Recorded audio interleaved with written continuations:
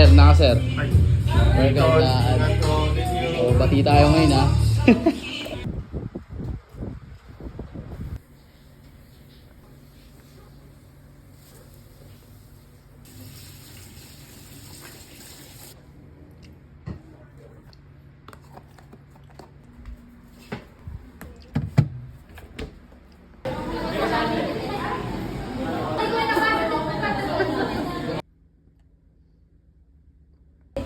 Good job.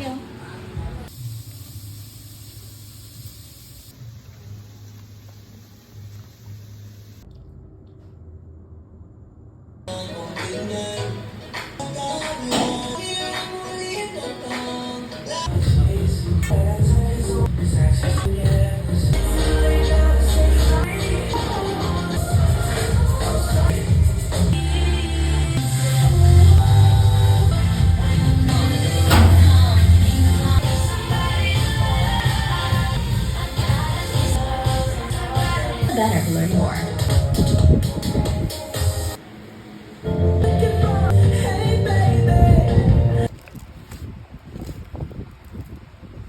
Guys, that's it for today.